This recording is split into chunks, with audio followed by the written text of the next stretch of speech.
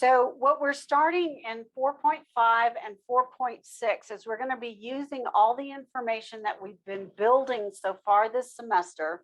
We're going to use the information to sketch graphs using our knowledge of algebra and calculus. Now, are the graphs going to be precise? Not exactly, but they're going to be darn close. These are no longer going to be as far off as the sketches of our derivatives. These are going to pinpoint where the maximums and where the minimums are exactly. You're going to give me an ordered pair for the maximum and the minimum. You'll be able to give me an ordered pair for the inflection point, where it goes from being concave down to being concave up or vice versa. So you'll be able to tell me exactly where those are. You'll tell me exactly where the x-intercepts are. You'll know exactly where the function is going uphill, increasing, and where it's going downhill, decreasing. You'll know exactly over what intervals it's concave up and over what intervals it's concave down. So you're going to be able to give me all of that information. It is a tremendous amount of information. These problems take a really long time to do. So I can't give you too much on an exam because they're so long. So I'll typically test one topic per thing in case you get messed up so that you can still do the rest of the problems without a penalty. So in this one, we're talking about critical points as well. We'll talk about saddle points, where they are. We'll talk about increasing and decreasing, curvature, all of that information. So we're going to start with what's called the first derivative test. There is, of course, if there's a first derivative test, you know, there has to be a second derivative test, and there is. So there's a first derivative test and a second derivative test. The first derivative test takes a little bit more work, but it never fails. It always works. The second derivative test is a little bit less work, but it does have a condition under which it fails. So the second derivative test is not used as often as the first derivative test. So what is the first derivative test? It's basically coming from corollary 3 of the mean value theorem. And it's talking about when the slope of the tangent line is greater than 0, then the function has to be increasing over that interval. And when the slope of the tangent line is negative over an interval, then the function has to be decreasing over that interval. So when we're looking at this graph right here, we'll see that in both of these graphs, we do have a function that is increasing, but they are, however, fundamentally different in that in the graph on the left, this is what we call concave up. And in the graph on the right, this is what we call concave down. So they're both definitely increasing. So the function is increasing, but this one has concave up on the left, which will abbreviate CC up. And then on the right, we have that the function is still increasing, going uphill. The slope of the tangent line is positive, but it is concave down. Now, and we'll approximate that or abbreviate that with CC down. So we're going to have to include both bits of information because it results in a very different looking graph. So just saying increasing is not enough. We also have to give concavity. Now, concavity is related to the second derivative, which we've learned and is going to be on your test on Wednesday with the position time graph. So remember that the second derivative refers to acceleration. When it's concave down, it's negative, and when it's concave up, it's positive. So when we're looking at these, we can see a very definite difference. Looking at these two graphs, over both of these two graphs, the function is decreasing. But again, they're fundamentally different curves because in the first graph on the left, it's concave down, and in the graph on the right, it's concave up. So on this one, we have that f is decreasing. And on this one, we have that it is concave down, and I need to start abbreviating. And on this one, we still have f is decreasing. And we have that it is concave up. All right, now how do we know, or how do we show these differences in a more easy fashion? Well, the easier fashion is simply to talk about the derivatives. If f is increasing, then f prime is greater than 0. If f is decreasing, then f prime is less than 0.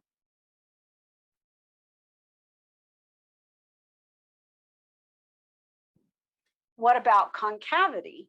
When we talk about concavity, if it's concave up, the second derivative is positive. And when it is concave down, the second derivative is negative. So concavity has to do with the second derivative. The second derivative is negative for concave down like a frown, and the second derivative is positive for concave up like a cup, right? That's the way to remember those two. Now, provided the function is continuous, we're going to have a local maximum at C only if it goes from increasing uphill to decreasing downhill. That does make a maximum, right? So you're going uphill and then you come downhill. So that creates a maximum right here, right? So if we look to see where it changes from increasing to decreasing, then we know the graph has to have at least a relative maximum there. Likewise, let's say it's going decreasing and then it starts increasing. I need to be taller. Okay, it's not going to happen. I'm not growing. I haven't grown since 5th grade. Okay, so decreasing to increasing, you're going to have a relative minimum. So by looking at the change in the increasing decreasing, we can predict where the relative extrema are going to occur. Well, changing increasing and decreasing means that we're changing the sign of the first derivative. When the sign of the first derivative changes sign, we have a relative extrema. And this is the first derivative test. Now, this does imply that we have concavity, all right? Or not concavity, that we have continuity, all right? So let's take a look at this picture right here. Let's say that we're trying to find the extrema points, and we can tell from this first interval, let's see if they labeled them. They did. Okay. So on this first interval from negative infinity up to A, the first derivative is positive and it is increasing. And then from A down to B, it is decreasing. Then somewhere, as long as it's continuous, it's drawn without picking up the pencil. If it goes from increasing to decreasing, then right here, I have to have a relative maximum. There's no other way that it could connect the picture, be continuous, and not have a relative extrema there. I've got to have one. In fact, it has to be a relative maximum. Now, it could be a cusp like this one, or a corner like on an absolute value, or it could be a rounded one where the first derivative is 0. So it could still be a critical point of either type. First derivative equals 0, where it's more of a rounded, smooth relative maximum, or first derivative does not exist, but the function does, and that would be a corner or a cusp, all right? It cannot be a point of vertical tangency. That will not result in a change in increasing, decreasing behavior. So points of vertical tangency are out. It was increasing, now it's decreasing. I can draw it without picking up the pencil. It has to have a relative extrema right there where it changes sign. Now, what about over the interval from B to C? From B to C, it is increasing over that entire interval. The first derivative is positive. So over here, I've got the first derivative is positive, then the first derivative is negative from here all the way down to B. So from A to B, there's the axis here, but it is actually going to be first derivative negative all the way to B. Then it changes to the first derivative being positive. So it was negative, now it's positive. Wherever it changes at that one point, since it's continuous, I have to have a relative minimum. So when it goes from decreasing to increasing, I have to have another extrema, and it has to be a relative minimum. Now, this one is interesting because you can tell it's a saddle point, a false summit, or I think Lindsay called it a tantrum point last time, which is very apropos. a good name for it. So when we're looking at it, we're going from increasing, then it levels off, but notice we don't have a change in the sign of the first derivative. It's increasing again between C and D. So from B to C, it's increasing, and from C to D, it's increasing. This is how you know you have a saddle point. It's increasing, levels off, increasing again. It's got to be a saddle point. I didn't have a change in the sign of the first derivative, so I don't have a relative extrema there. Same thing if it were decreasing, level off, decreasing again. It'd be the same thing.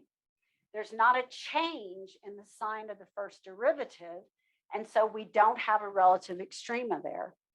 And then between C and D, it's increasing. From D to infinity, it's decreasing. That's a change in the sign of the first derivative from positive to negative. So it was going up, and now it's going down, so I have to have another relative extrema. Now, it has to be a critical point of some kind, but it could be either type. It could be type 1, which it is. First derivative is 0, but it could also be a type 2, like a corner or cusp. First derivative does not exist, but the function does. And now we're ready to talk about the actual first derivative test. Now, the statement of it is a little bit long, but we've already talked about it numerous times so far in terms of a change in the sign of the first derivative. So it only has a condition of continuity over the interval I, except continuity over the whole thing, and we've got a critical point. If it's differentiable over I, except maybe at C, so it's not required to be differentiable over the entire interval.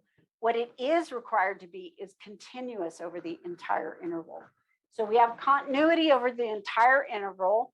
We have differentiability at most points over the interval, but maybe not at all the critical points. Then we know that it satisfies the following descriptions, which are this. If the first derivative changes sign from increasing, positive, to decreasing, negative, then we know that we have a local maximum, a relative maximum. From increasing to decreasing, just use your hands, it's got to be a relative maximum. Or what I like to do is draw an arrow, increasing to decreasing. You can tell that right there, you've got to have a relative maximum. Part 2, if it changes sign from negative, which is decreasing, to positive, increasing, then you've got to have a local or relative minimum. So it's going from decreasing to increasing, then you have to have a relative minimum.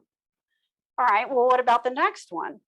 If f prime has the same sign on either side of a critical point, then it's neither a maximum nor a minimum. It's not an extrema. The first derivative has to change sign. If it doesn't, it's probably a saddle point. So if it goes up, levels off, goes up again, or if it comes down, levels off, comes down again, it's a saddle point. All right, and that's most likely what's happening.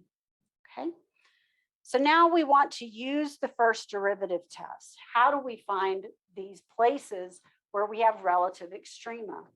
What we're going to do is we're going to find all the critical points. Now, we've already done this in a previous section. We find, I think this is 4.3. We find all the critical points by setting the first derivative equal to 0 or finding the places where the first derivative doesn't exist, but the function does.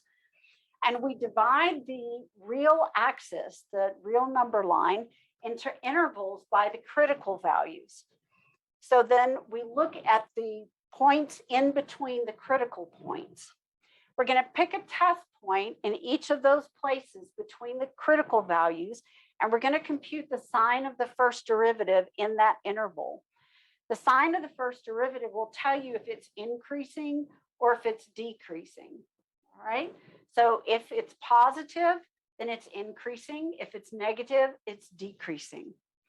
And then we're going to use the first derivative test to decide where we have relative extrema, maximums or minimums, or if we have a saddle point, which is where we have either we have a critical value, and in between the sign of the first derivative does not change. It maintains sign, right? So looking at these graphs right here, and I did add a saddle point because they didn't have one. We know that if it goes from increasing to decreasing, we have a relative max. From decreasing to increasing, we have a relative min. If it maintains the same sign, this is increasing, flat, increasing, then we have a saddle point. So let's take a look at example 1. Use the first derivative test to locate all the local extrema for f of x equal negative x cubed plus 32x squared plus 18x. So what we're going to do is we're going to find the critical values, divide the real number line into subintervals divided by the critical values, take a test point in each subinterval, find the value of the first derivative at the test point, and then use the first derivative test to locate the local extrema. Okay, so first step is find the critical values.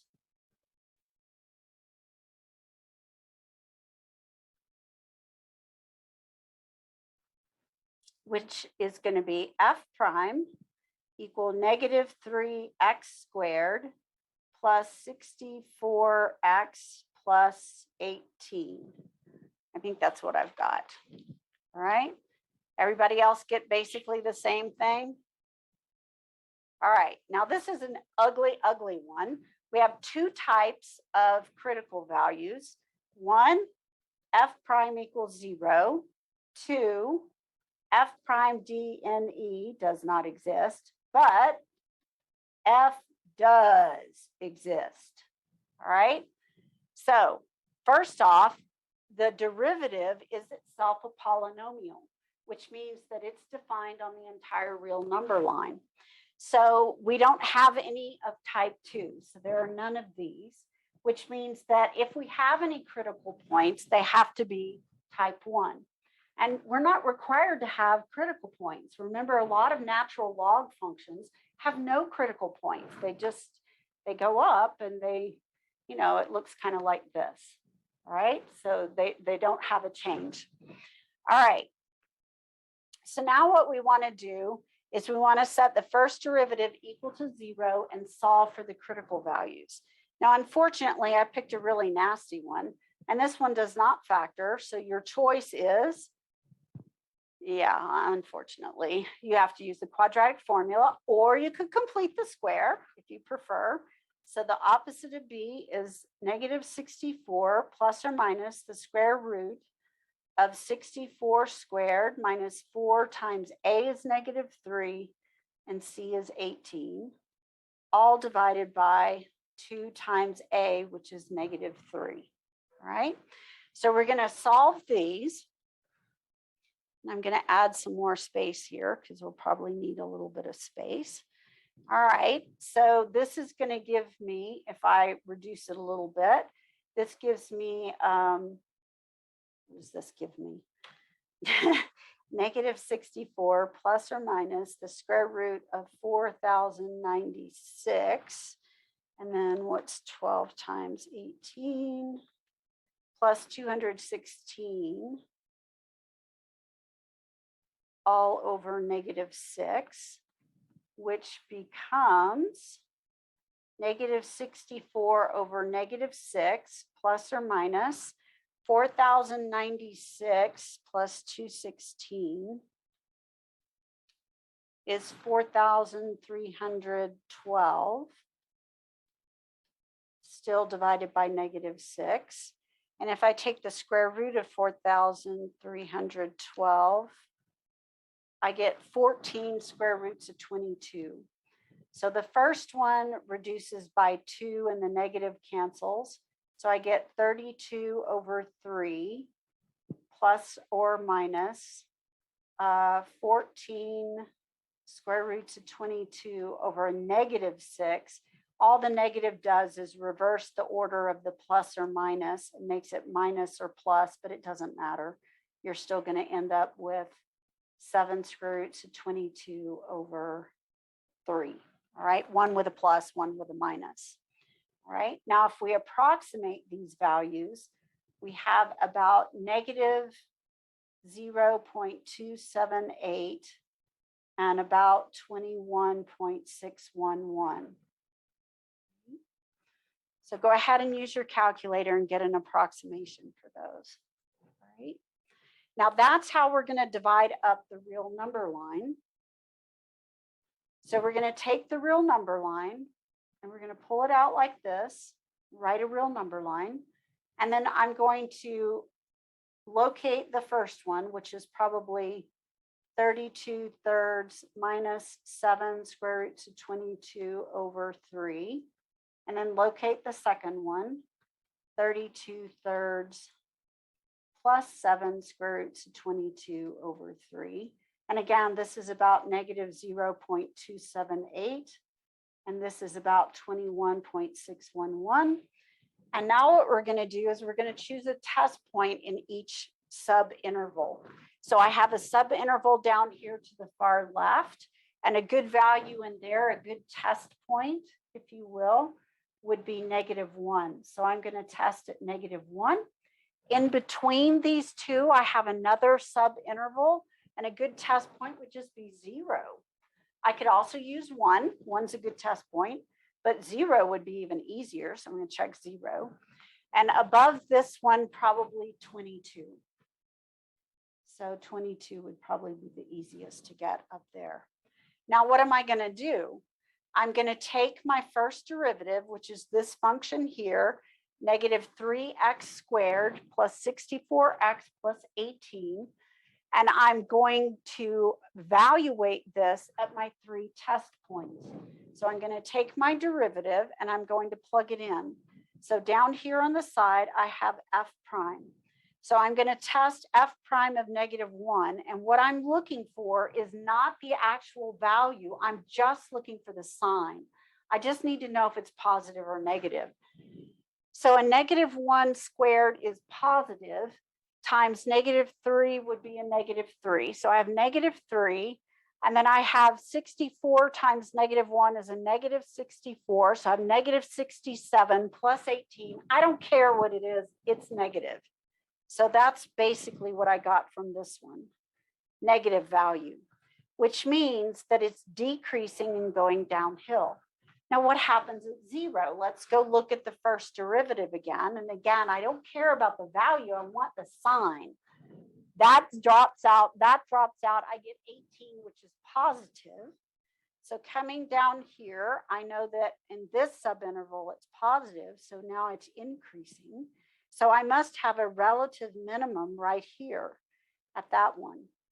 And then on the next one at 22, well, now this is going to take more work. So I'm actually going to break out my calculator. So I suspect it's going to come up negative. And I'm going to take 22 and I'm going to square it. And then I'm going to multiply by a -3.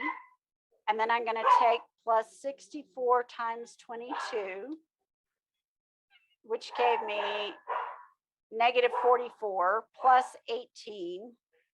Well, it was closer than I thought. I got -26, but it is negative. So it comes up with a negative value, which means that this one is going down, which means I must have a relative max here. Right? So the question is, how do I know where the relative max is and where the relative minimum is? The relative max is going to be at 32 thirds minus 7 square roots of 22 over 3. Oops, this is a minus in here, not a comma. And then f of that, you're going to have to plug that value into the function to get the y value at that point. I keep putting commas instead of the minus. There we go. And we have a relative maximum here.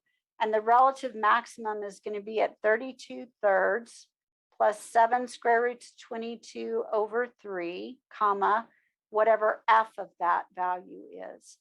So you're going to plug that value into the original function, and that will give you the y value at that point. Not into the derivative, into the original f function, the cubic function. All right. So we'll continue with this tomorrow. We're going to do a lot more examples so that you get the hang of finding out exactly where the maximums and minimums are, hopefully on one where it's not so nasty so that they're going to be terrible numbers for you.